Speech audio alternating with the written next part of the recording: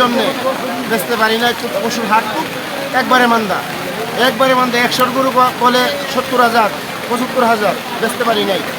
আর সারাদিনই বৃষ্টির জন্য মানুষের ক্রেতারা ঢুকতে পারে না বাজারে। এই জন্য মনে করেন আমরা গরু নিয়ে আসছি, গরু তো বেচতে পারতেছি না। এই বাজারে কাস্টমার নাই ভাই, গরু হাটে কাস্টমার একবারে কম। গরু বিক্রি কিনি নাই, সবচেয়ে বড় কথা হয়েছে পাইকারও নাই। বৃষ্টির কারণে গরু বিক্রি কিনে কম, যার কারণে সবাই বীজতেছে, একটু পরে কিন্তু সবাই চলে যায়। বৃষ্টির কারণে বাজার তেমন সুবিধা নেই।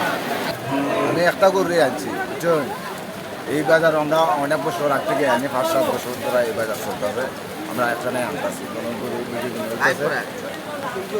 বাজারের পরিস্থিতি বাবা তেমনি ভালো বুঝতেছি না।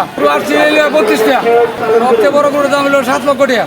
আশা করতাম যদি বৃষ্টিপাত এরকম না হইতো তাহলে খুবই আমরা বাজার সুন্যায্য মূল্যে আমরা গরু বিক্রি করতে পারতাম।